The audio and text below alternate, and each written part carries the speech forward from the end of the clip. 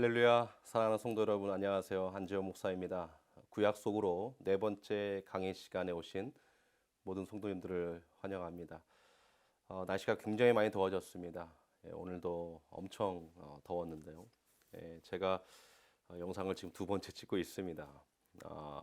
첫 번째 다 찍었는데 이 에어컨 소리가 들어간 거예요. 웅웅웅 하는 소리가. 그래서 도저히 제가 그 소리를 어떻게 해결할 수 없어서 1시간 동안 씨름하다가 결국엔 다시 찍자. 그리고 다시 왔습니다. 그래서 지금 에어컨을 한 30분 동안 세게 틀어놓고 그리고 이제 끄고 그리고 딱 왔는데 오자마자 또 땀이 이렇게 나네요.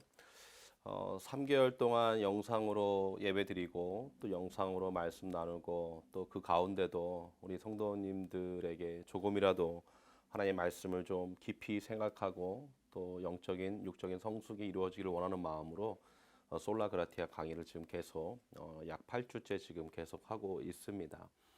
어렵고 힘든 부분들이 많이 있는데요. 그럼에도 불구하고 제 마음에는 거짓말이 아니라 기쁨이 있습니다. 그래서 우리 가족들에게도 항상 미안한 마음을 얘기하면서 이것이 우리의 기쁨이 된다는 것을 제가 잘 얘기하고 저희 아들에게도 잘 상기시켜 주고 있습니다. 주 안에 사랑하는 성도 여러분, 어렵고 힘든 가운데 우리에게 기쁨이 있음을 잊지 마십시오. 그래서 좀 힘들고 불편하고 또 어려운 부분들은 좀 있겠지만 그 가운데 주시는 기쁨, 하나님을 사랑하고 이웃을 사랑하는 그 복음을 전하면서 하나님이 우리에게 주신 축복은 나눔을 통하여서 복음을 나누고 물질을 나누고 사랑을 나누고 격려를 나누고 친절을 나누고 여러 가지 배려를 나눔으로써 우리에게 주시는 기쁨이 있어요. 저는 그게 놀라운 기적이라고 믿습니다. 그러한 기적이 여러분과 저의 삶에 넘쳐나기를 주의 이름으로 축원합니다. 우리 기도하고 오늘 네 번째 강의 시작하겠습니다. 하나님 감사합니다. 오늘도 하나님의 자녀들이 영상으로 모여 함께 주의 말씀을 나눕니다. 오늘 역사서 12권에 대해서 우리가 함께 나눌 때에 하나님께서 큰 은혜 내려주시고 정말로 하나님의 은혜가 우리 마음 깊이 남는 시간 되게 하여 주시옵소서. 예수님의 이름으로 기도드리옵나이다. 아멘.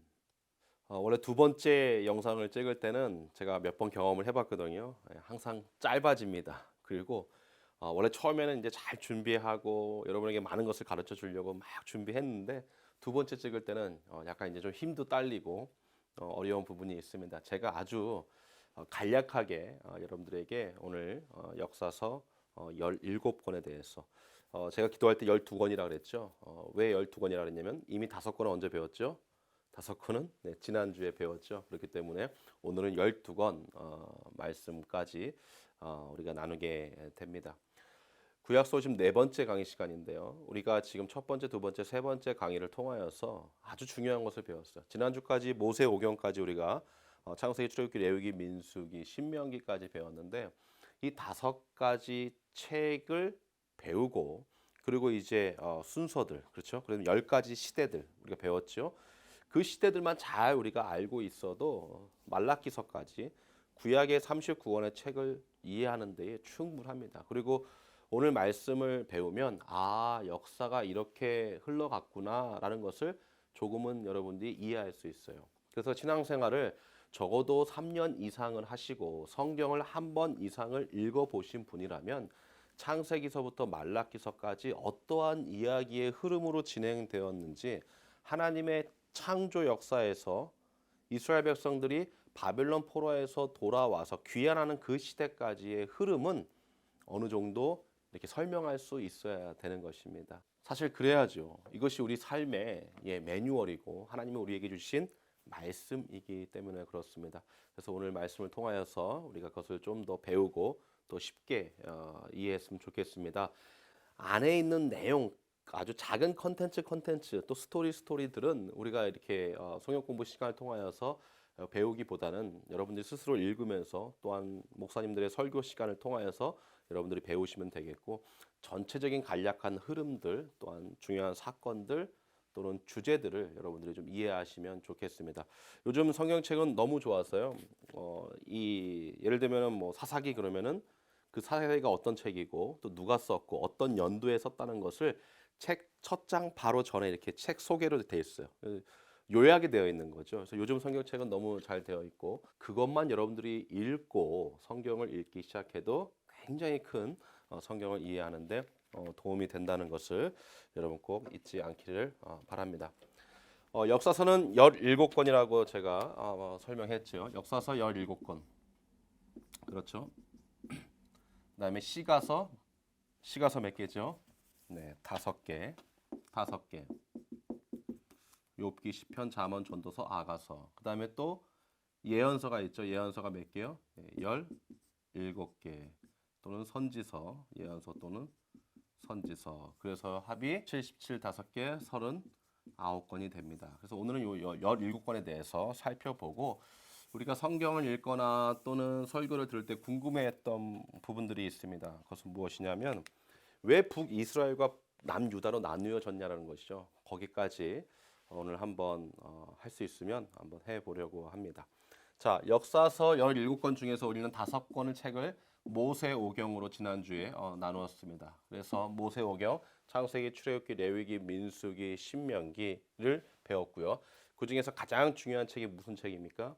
예, 레위기서죠. 우리는 창세기라고 생각하지만 레위기서가 가장 중요하다. 왜냐하면 하나님의 법을 알고 이제 그 법 가운데 살아가고 있는 우리가 하나님께서 어떻게 세상을 창조하시고 이끌어 가셨는가를 우리가 눈으로 보고 마음으로 품고 또 새기고 또 우리도 그렇게 살게 되는데 그렇게 살아갈 때에 우리는 레위기의 법을 가지고 살아가는 것입니다. 그러나 구약에 주어진 시내산에서 이스라엘 백성들에게 주어진 이 레위기서에 나와 있는 모든 율법은 현재에도 고스란히 적용되는 것이 아니라 그 제사적 의미, 율법적 의미, 하나님의 의도와 목적이 우리에게 적용되는 것이지 지금 우리가 양을 잡거나 피를 뿌려야 되는 것은 아니다. 우리가 지금 매주 레위기서 강해를 통하여서 우리가 배우고 있습니다.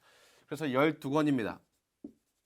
12권을 차례차례 하나하나 우리가 성경책에 나와 있는 순서대로 우리가 한번 말씀을 나눠보겠습니다. 첫 번째로 뭡니까? 역사서입니다. 죄송합니다. 첫 번째로 여호수아. 첫 번째로 여호수아입니다. 여호수아. 우리 지난주에 우리 지도 있었죠? 네. 지도 있었죠. 그래서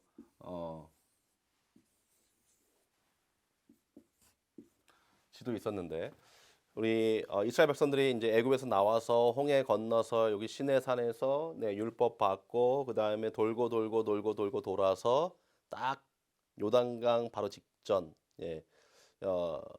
이 가나안 약속의 땅을 바라보고 이제 모세가 여기서 죽게 됩니다. 그래서 모세가 죽고 나서 모든 리더십이 이제 젊은 리더자 여호수아에게 넘겨지게 되죠. 그리고 이제 여호수아랑 이스라엘 백성들이 이제 요단강을 넘어가게 됩니다. 요단강을 건너갈 때에 어떻게 건너가죠? 자, 여호수아가 이제 요단강을 건널 때에 어떻게 건넙니까? 비슷한 사건이 출애굽기서에 나오죠. 이제 홍해 사건입니다. 홍해 사건은 모세가 물을 가르고 나서부터 이스라엘 백성들이 이제 건너가게 되죠. 물론 거기에는 제가 설교를 한번 했었는지 안 했었는지 모르겠지만 아주 깊이 있는 의미가 있어요. 네, 물론 보통은 홍해가 갈라지고 나서 그 다음에 사람들이 건넜다라고 우리가 설교를 듣고 이해합니다. 그런데 거기엔 또 하나 우리가 해석할 수 있는 단어가 하나 있는데 그 단어를 해석해 보면 모세가 발을 한 발 딱 넣었을 때 그리고 또 넣었을 때 그리고 또 넣었을 때 갈라지기 시작했다라는 해석으로도 나올 수 있는 아주 재미있는 부분이 있는데 나중에 기회가 되면 제가 한번 나누도록 하겠습니다. 그런데 여호수아에서는 아주 중요한 것이 언약궤가 먼저 요단강으로 들어갑니다. 그래서 언약궤를 맨 제사장들이 먼저 요단강 물을 밟을 때 그때 이제 요단강이 갈라지게 되는 것이죠. 무엇을 의미하는 것이냐? 여러분 약속의 땅에서 또 광야의 땅에서 하나님은 우리를 먼저 이끄십니다. 우리가 막 달려가서 하나님 오십시오가 아니라 하나님이 여러분과 저를 우리 모두를 이끌어 가시고 그 맨 앞에서 선장이 되어서 맨 앞에서 선봉에 서셔서 우리의 앞길을 인도하시는 거예요. 그래서 여호와는 나의 목자는 거예요. 여러분 목자는 뒤에서 이 동물들을 막 야 가라 이렇게 하지 않아요. 반드시 앞에서 끌어가는 거예요. 그래서 앞에서 끄는 목자가 되는 거죠. 또는 이제 앞에서 끄는 목자가 이제 그 동물 중에서 뭐 염소면 염소 중에서 제일 선임 그 제일 앞에 설 수 있는 염소를 훈련시킨다 그래요. 그래서 그 염소가 계속해서 앞으로 전진해 나가면 목자는 뒤에서 밀어주고 또 옆으로 나아가는 또 새길로 가는 그러한 동물들을 잡는다고 해요. 근데 목자의 기본적인 사명은 앞에서 양떼를 끌고 가는 거예요. 동물떼를 끌고 가는 거예요. 마찬가지입니다. 이 여호수아에서 가장 중요한 것은 바로 그 약속의 땅에 들어. 사실 이스라엘 백성들에게 이제 요단강을 건넌다는 것은 지난 40년 전부터 이미 하나님께서 약속해 주시고 40년 동안 광야 가운데서 계속해서 주지시켰던 그 약속이 이루어지는 거예요. 얼마나 기대가 찼겠어요? 야, 저 강만 건너면 젖과 꿀이 흐르는 그런 정말 기가 막힌 약속의 땅이야. 여러분 이 약속은 어디서부터 시작된 거죠? 아브라함 때부터 티그리스 강과 유프라테스 강이 만나는 메소포타미아 문명이 있었던 갈대아 우르에서 하나님께서 아브라함을 부르시고 아브라함을 통하여서 약속해 주셨죠. 너희 자손들이 하늘의 별과 같이 땅의 모래와 같이 바다의 모래와 같이 이제 자손들이 많아지겠다. 너는 믿음의 조상이 되겠다. 그래서 약속해 주셨는데 아브라함이 거기서 가나안 땅으로 안 가고 하란으로 가잖아요. 그렇죠? 그래서 아브라함은 그렇게 약속을 받았지만 약속을 이루지 못했어요. 하지만 그 약속이 이제 후대에 일어나게 되는데 그 이루기 위하여서 이제 여호수아가 들어가게 되는 것입니다. 그래서 이제 그 약속이 정말로 이루어지게 된 것이죠. 그 약속은 아브라함부터 시작해서 이삭, 야곱의 12아들을 통하여서 이루어지고 그 12아들은 12지파가 되게 되고 그 12지파는 가나안 땅에 들어가서 이제 가나안 땅을 정복하고 약속의 땅을 정복하고 거기서 12지파에 해당하는 땅 분배를 받게 됩니다. 이게 여호수아예요. 그래서 여호수아는 전반부 1장부터 12장까지 그리고 13장부터 나머지 후반부까지는 딱 두 가지 주제로 우리가 살펴볼 수 있습니다. 그래서 1장부터 12장까지는 정복 전쟁입니다. 그래서 이 가나안 땅을 이제 정복하는 거죠. 왜냐하면 가나안에 토속민들이 살고 있었고 이방 민족들이 살고 있었기 때문에 그들을 정복하는 전쟁을 하게 되는데 하나님께서 다 승리로 이끌어 가시게 되지요. 그리고 이제 두 번째 섹션은 땅을 분배합니다. 그래서 12지파에게 땅을 분배한다.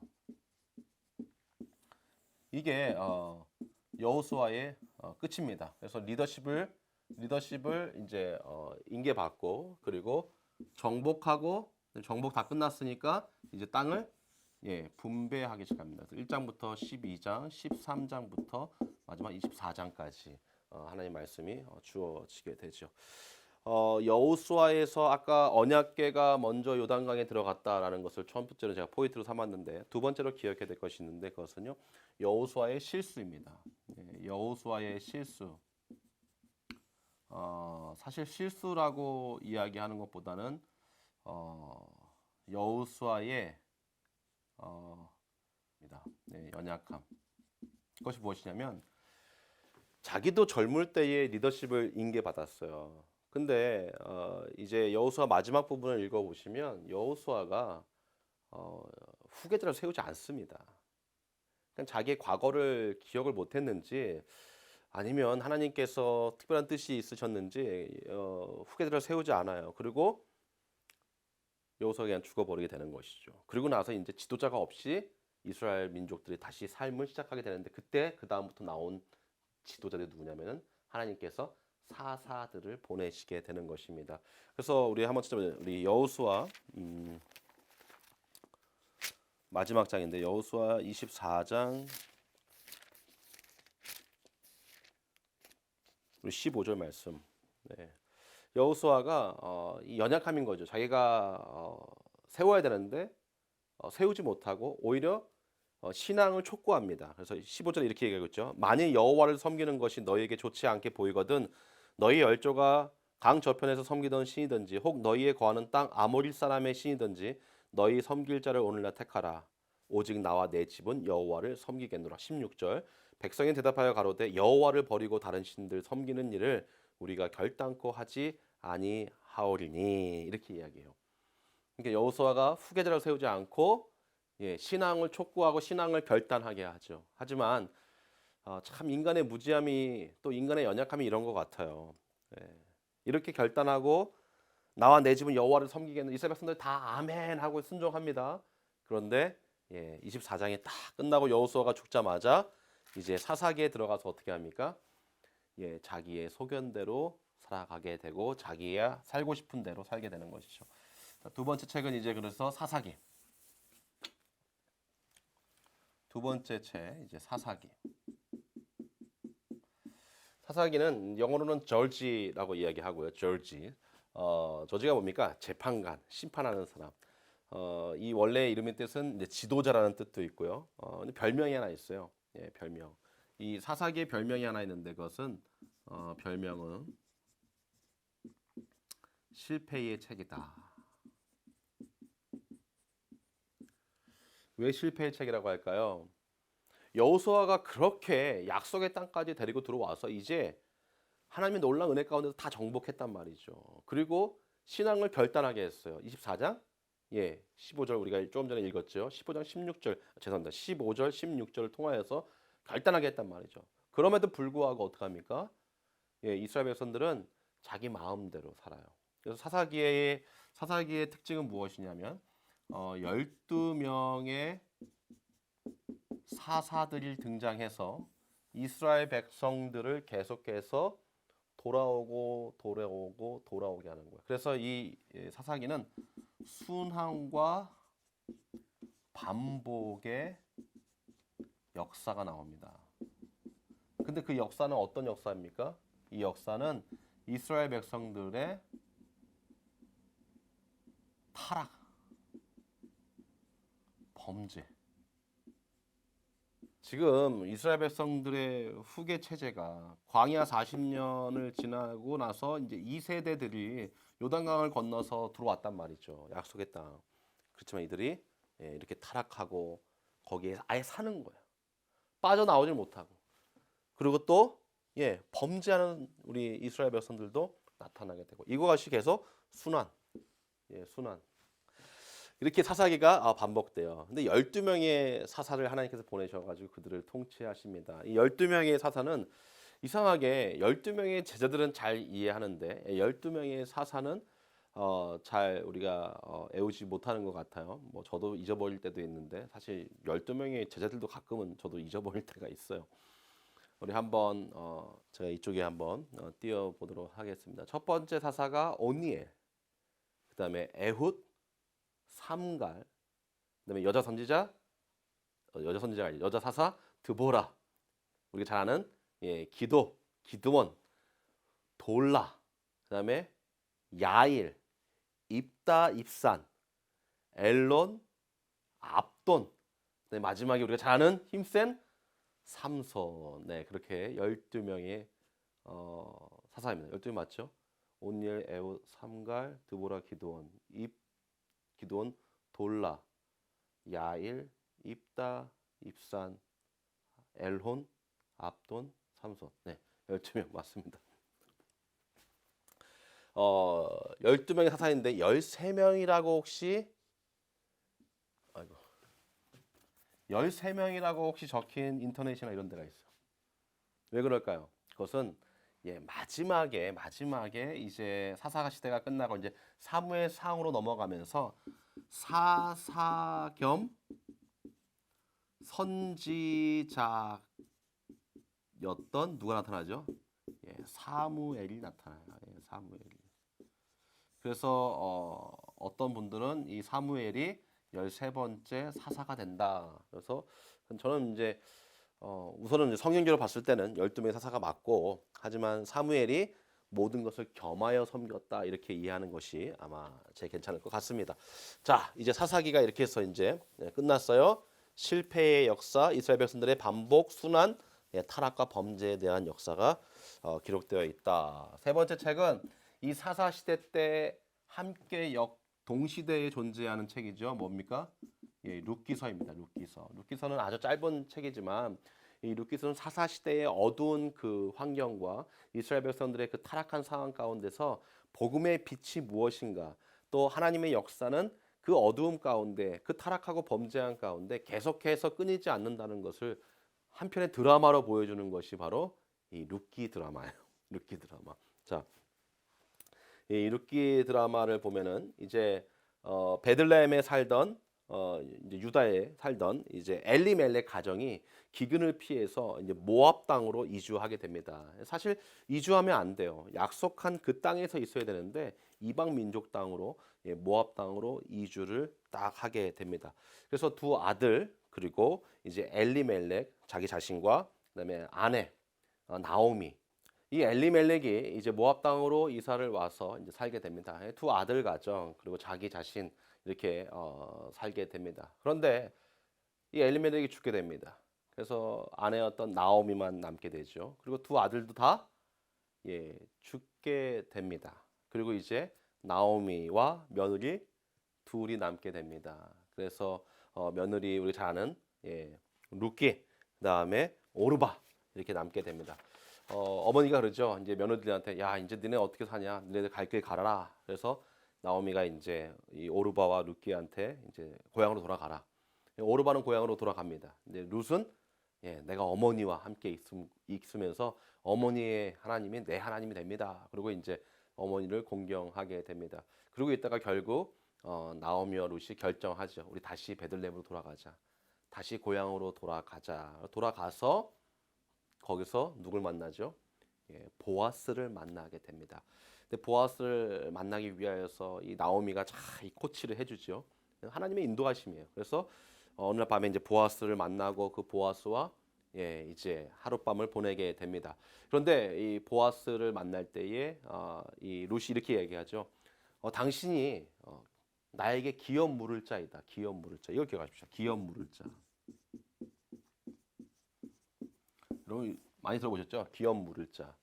그랬더니 보아스가 이렇게 얘기합니다. 나는 당신 기업을 물을 수가 없다. 왜냐하면 나는 당신의 친척도 아니고 가족도 아니기 때문에 내가 너를 기업 물을 사람이 있는지 찾아보겠다. 이렇게 이야기합니다.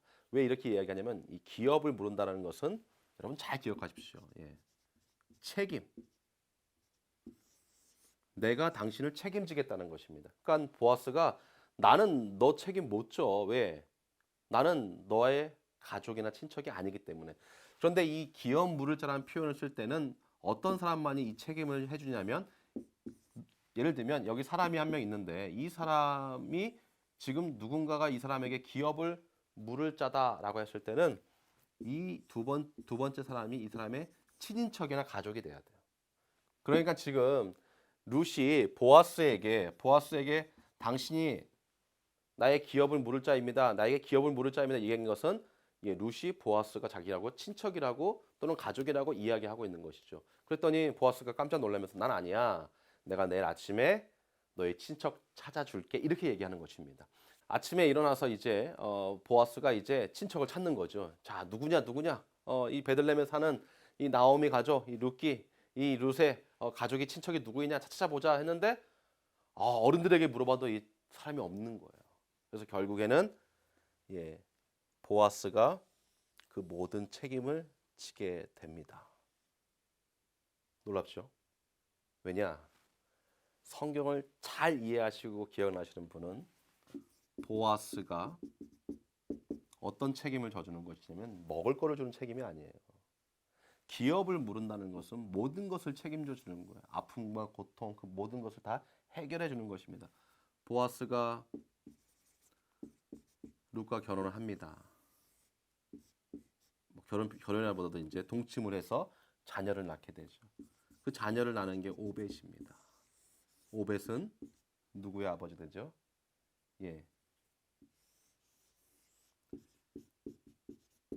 이새의 아버지가 됩니다. 이새는 누굽니까? 다윗의 아버지가 됩니다. 그러면 다윗 하면 다윗의 혈통을 통하여 누가 오는 거죠?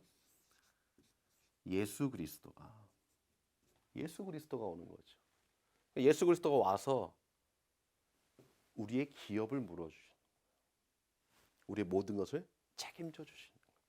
그러니까 그 사사 시대 때 그 12명의 사사들이 그렇게 열심히 했지만 그 어두움 가운데 하나님은 이 룻기라는 드라마를 쓰고 계셨던 거죠. 그러면서 예수 그리스도가 오실 길을 준비하고 계셨다.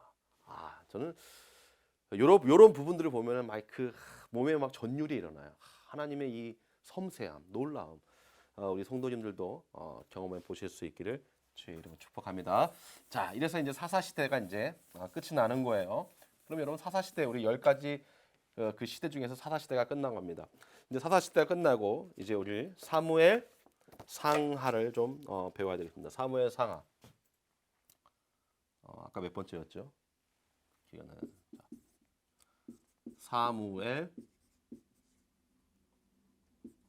상하. 자, 사무엘 상하는 여러분들 많이 어렵게 생각할 필요 없죠? 이거.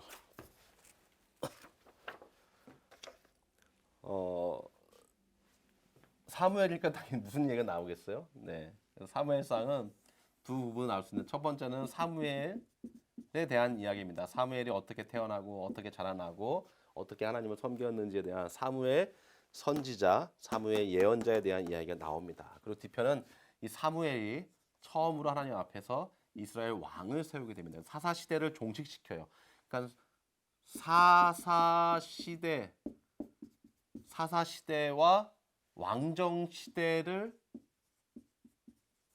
연결하는 선지자가 바로 사무엘인 거예요. 그러니까 이 선지자가 아까 말했다시피 사사 겸 저지 겸 그다음에 이제 프로펫 선지자 역할을 다 감당했다는 것이죠. 사무엘 이야기가 나와요. 그럼 왕정 시대가 시작돼요. 그럼 누구 이야기가 나와야 되겠어요?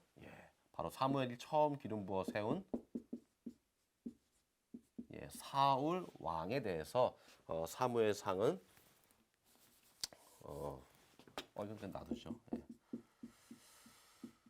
사무엘상은 이제 삼상이라고 우리 얘기하죠. 사무엘상은 이제 시작이 됩니다.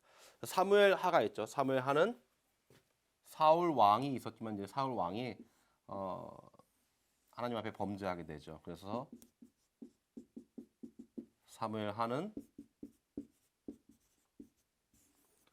다윗에 대한 이야기로 채워져 있습니다. 다윗에 대한 이야기 여러분 잘 아시죠? 다윗은 하나님 앞에 마음을 합한 자. 그래서 평화롭고 형통하고 은혜스러운 이야기들이 이제 펼쳐지게 됩니다. 그러나 그 은혜스러운 이야기는 어디서 끝나게 되죠? 다윗의 범죄. 다윗이 무슨 범죄하죠? 다윗이 여자를 범하는 바세바를 범하는 범죄를 저지르게 되죠. 그 다음에 그 범죄하면은 뭐 하게 되죠? 징계, 심판. 거기에 대한 책임을 하나님은 물으십니다. 할렐루야. 여러분 잊지 마십시오. 여러분 우리는 죄를 짓지 말아야 되며 그 책임을 지지 않도록 노력해야 되는 것입니다. 참 인간은 그래요. 은혜스럽고 평강하고 형통하고 그럴 때는 잘 살아요. 하지만 여기서 조금만 한눈을 팔면 어떻게 돼요? 범죄자가 되는 거예요. 이 사무엘상과 사무엘하와 겹치는 성경책이 있죠. 역대상 책이 이제 사무엘하 다윗의 이야기가 역대상에도 이제 존재하게 됩니다. 그래서 나오게 되죠. 자, 사무엘상하 그다음에 뭐죠? 열왕기상.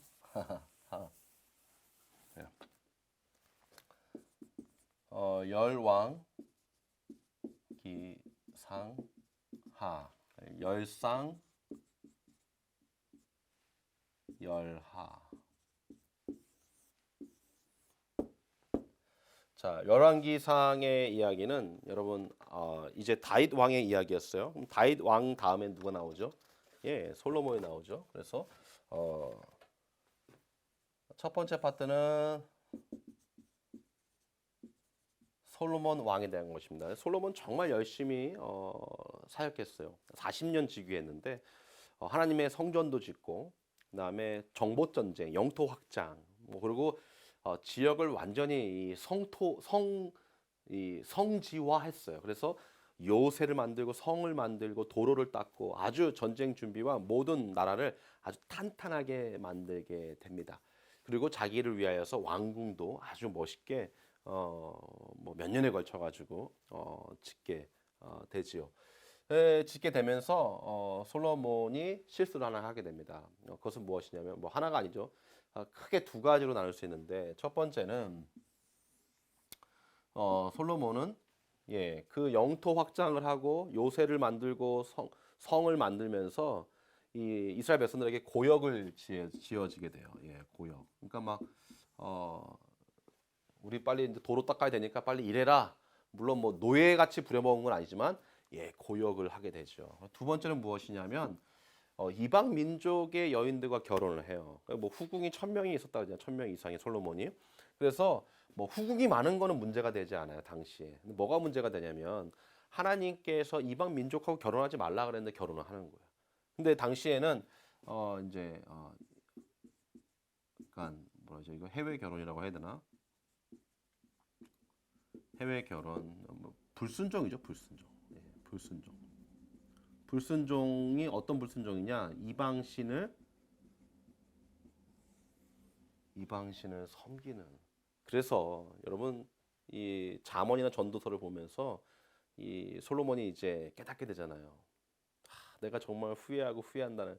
그래서 자기 인생을 들으면서 인생은 헛되고 헛된 것이구나. 내가 그렇게 1,000명 이상의 후궁이 있었고 돈이 많았지만 다 헛되고 헛되다 이렇게 이야기하는 이유가 바로 거기에 있는 것입니다.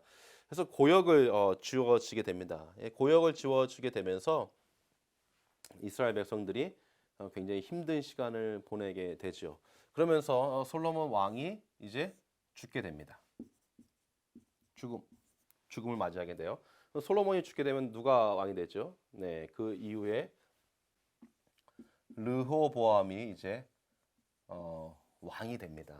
그래서 이때까지는 지금 왕정 시대에 아직 분열 안 됐어요.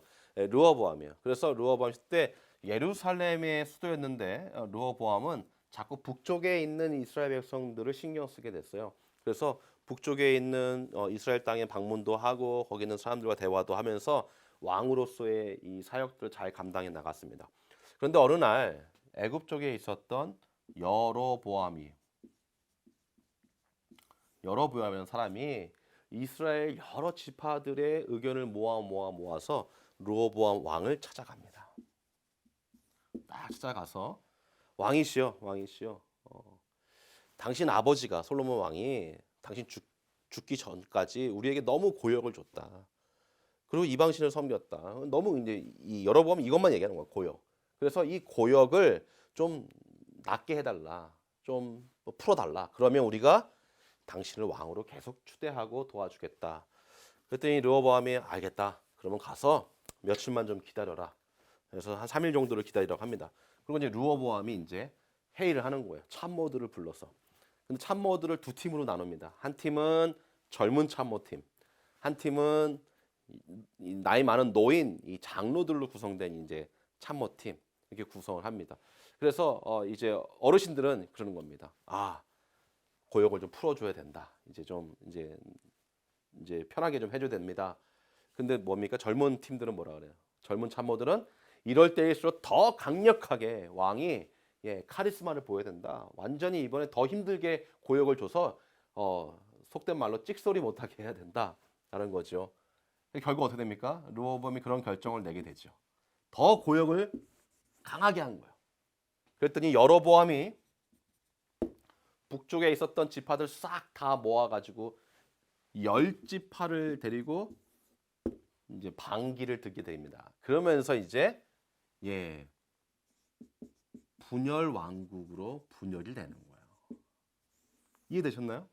이렇게 해서 분열이 된 거예요. 그래서 북이스라엘은 10지파가 북이스라엘로 올라가게 되고 그리고 10개의 지파로 구성된 북이스라엘이 이제 북이스라엘이 이제 시작되게 되는 것이고 이제 르호보암은 원래 예루살렘에 있었던 자기 수도에 온 거죠. 그래서 남유다는 이제 두 개의 지파, 나머지 지파들하고 해가지고 유다와 베냐민 지파로 구성된 남유다가 형성되게 됩니다. 그래서 이제 대치를 하고 서로 각자 하나님을 섬긴다고 하면서 우상을 섬기고 하나님을 섬기는 왕이 나타날 때도 있고 또 그 왕이 우상을 숭배할 때도 있었고 그러면서 이제 이 두 왕국이 지나가다가 그러다가 북이스라엘은 이제 멸망하게 되죠. 그 멸망의 내용이 어디입니까? 열왕기하의 이야기입니다. 여기에는 역대하의 이야기도 같이 둘이 서로 이야기를 공유하고 같은 시대 때 이야기를 사용하고 있습니다. 그래서 첫 번째 열왕기하는 북왕국, 아까 여로보암으로 시작됐던 그 북이스라엘이 이제 무너집니다. 722년 BC 722년에 무너지게 되죠. 그리고 이제 두 번째 파트는 남유다의 멸망이 일어나게 됩니다.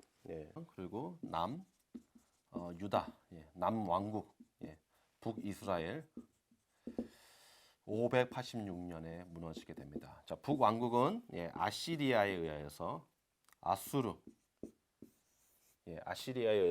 의하여서 무너지게 되고 아수르가 이제 다스리게 됩니다. 남유다는 바벨론에 의하여서 아시죠? 바벨론에 의하여서 무너지게 됩니다.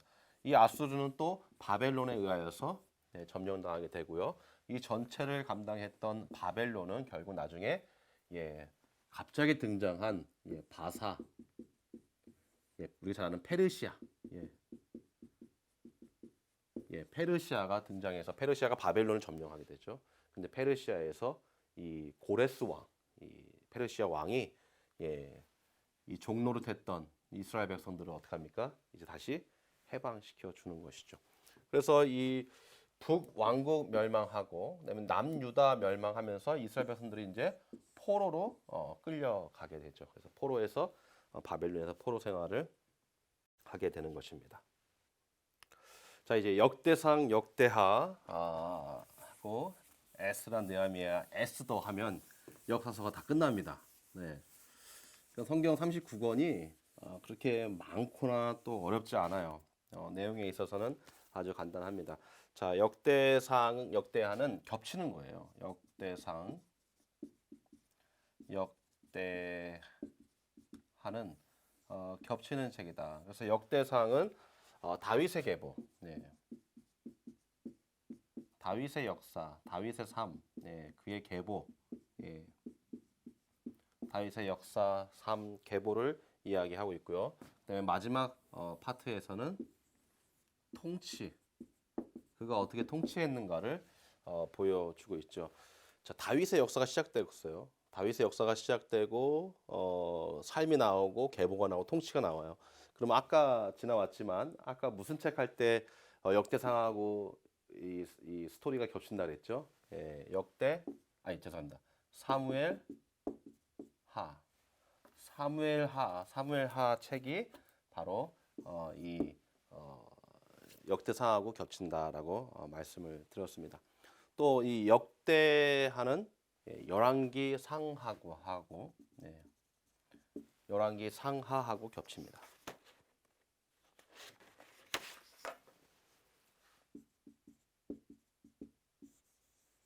열왕기 상하하고 겹칩니다. 왜 이렇게 복잡해? 잊어버리십시오. 괜찮습니다. 역대상은 다윗의 역사, 삶, 계보, 통치에 대해서 말씀하고 있다라는 거 여러분 아이고.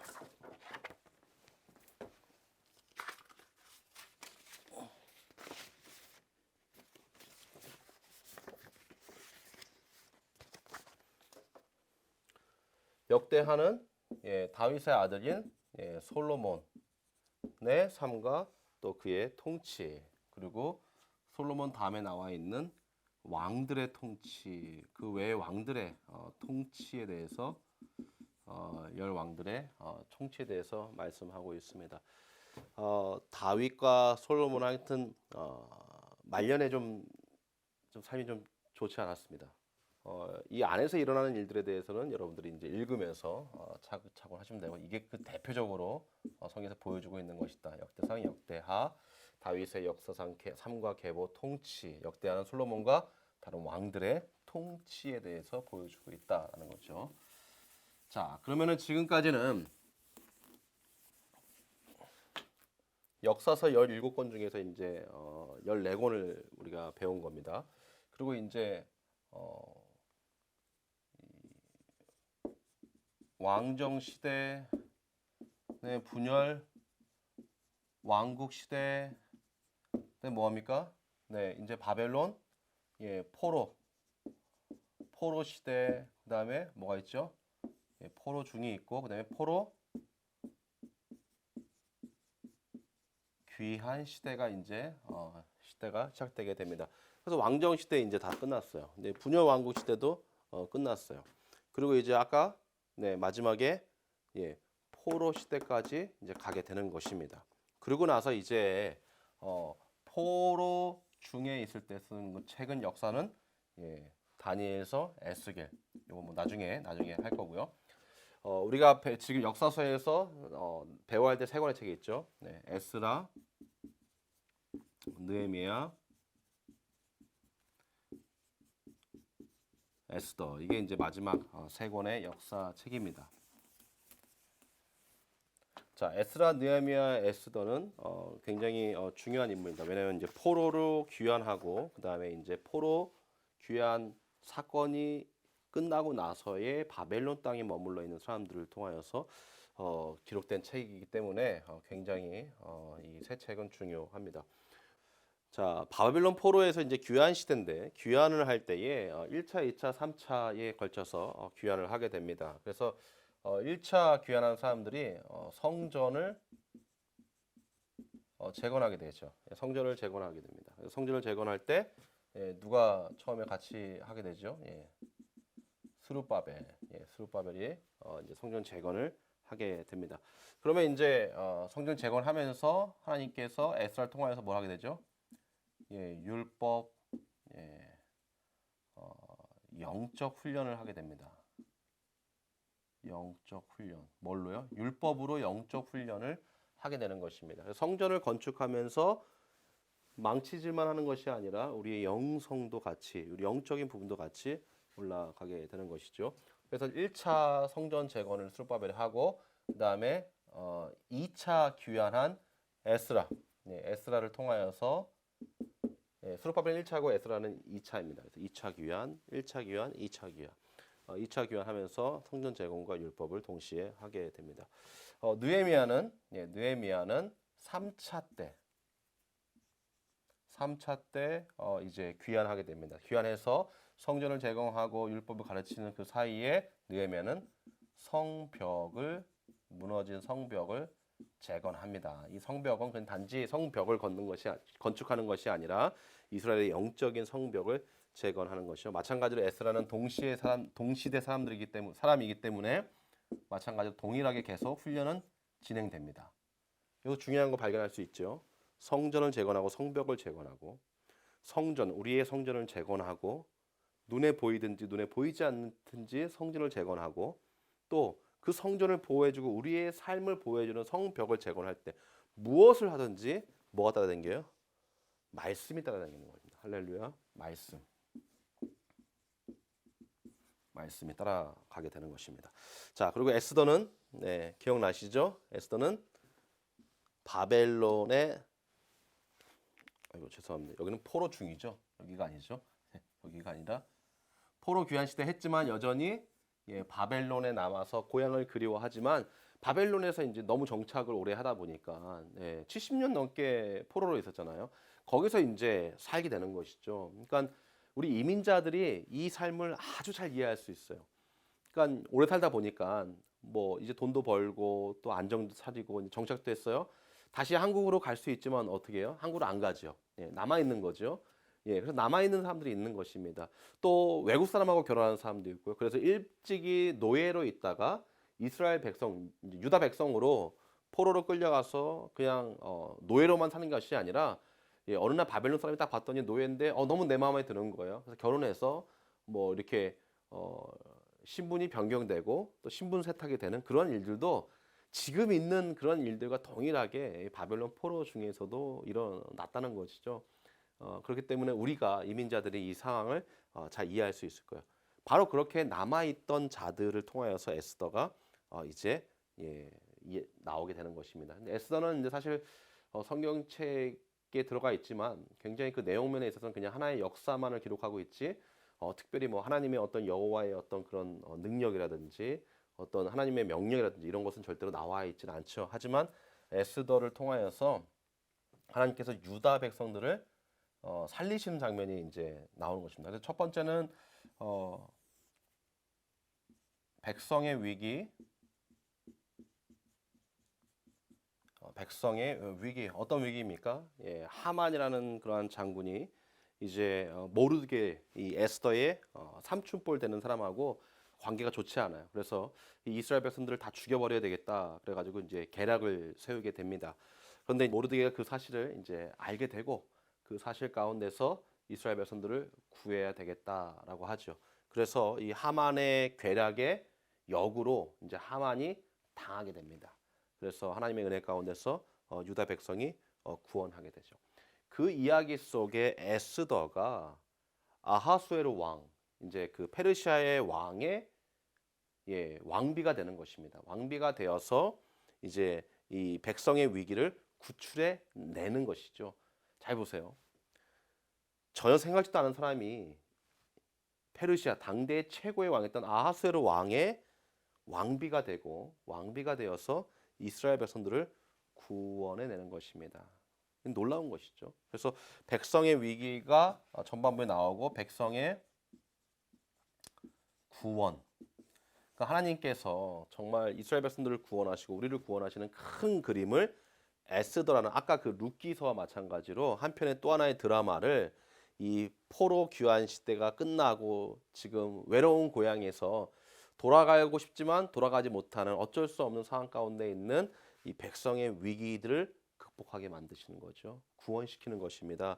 그게 바로 에스더의 책인 것이죠. 그래서 이 에스더는 대단한 거예요. 그 우리가 영화로도 많이 보지만 이 아하수르 왕이 그 당시에 그 페르시아 왕이었던 이 크세르크세스 그 왕이거든요. 여러분 만약에 역사 공부하시고 또 영화 보시면은 그 왕의 이름을 여러분 자주 들어보셨을 것입니다. 그래서 이 에스더 책은 굉장히 여러분이 읽어보시면 하나님의 깊은 구원의 모습이 나오죠. 그래서 백성들이 이제 구원하게 됩니다. 이제 하만이 모르드게를 잡아 죽이고 이스라엘 백성들을 다 전멸시키려고 했었는데 그날이 역전되게 되죠. 그래서 이때 나온 절기가 하나 있어요. 네. 들어보셨나요? 불임절. 예. 유대인들은 이 불임절을 굉장히 크게 아주 잔치를 합니다. 그렇잖아요. 죽을 목숨이 살았는데 아주 잔치를 하게 되죠. 이렇게 해서 에스라, 느헤미야, 에스더 해서 역사서 17권 끝나고요. 이제 요 중간중간 포로 시대 때 또 포로 중에 또 포로 시대가 포로 중이죠. 예, 포로 중에 그다음에 포로 귀환 시대, 포로 전에 북왕국을 향하여서 남유다를 향하여서 이제 예언서, 선지서들을 우리가 이제 살펴보고요. 또 시가서를 또 이제 살펴보게 될 것입니다. 그러면 이제 39권이 끝나요. 사실 여기까지만 딱 이제 배우면 39권의 10가지 시대는 뭐예요? 다 끝난 거예요. 다 끝난 거. 왕정 시대, 분열 왕국 시대, 그다음에 다시 다시 포로 귀환 시대 끝 말락해서 끝나게 되는 것입니다. 이 역사의 이 시간표 안에서 우리는 하나님의 역사를 이제 창세기에서 또 출애굽기서에서 또 사무엘상 하를 통하여서 이렇게 하나하나씩 읽게 되는 것입니다. 여러분 좀 이해가 되셨나 모르겠네요. 제가 혼자 너무 빨리 달려온 것 같은데 두 번째 녹화라 좀 빨리 끝내려고 하는데 제가 중간에 뭐 떨어뜨리고 뭐 누구 찾아오고 그러면서 컷하고 해가지고 지금까지 온 게 1시간 한 반 정도 찍었네요. 와, 네, 한번 제가 이제 마친 다음에 열심히 잘 에디팅해서 아주 짧게 잘 편집을 한번 해보겠습니다. 여러분 오늘도 수고하셨고요. 남은 한 주간도 여러분 성령 충만하고 행복한 한 주간 되시기를 주의 이름으로 축원합니다. 사실 여러분 질문해 주신 몇 가지가 있어서 오늘 그것을 사실 첫 번째 영상 찍었을 때는 그거에 대해서 설명을 좀 해드렸는데 보니까 좀 시간이 좀 오래 걸릴 것 같아서 그 부분에 대해서는 다음번에 제가 다시 짧게 요약해서 여러분에게 질문에 대한 답을 해드리도록 하겠습니다. 남은 한 주간도 여러분 건강하십시오. 감사합니다.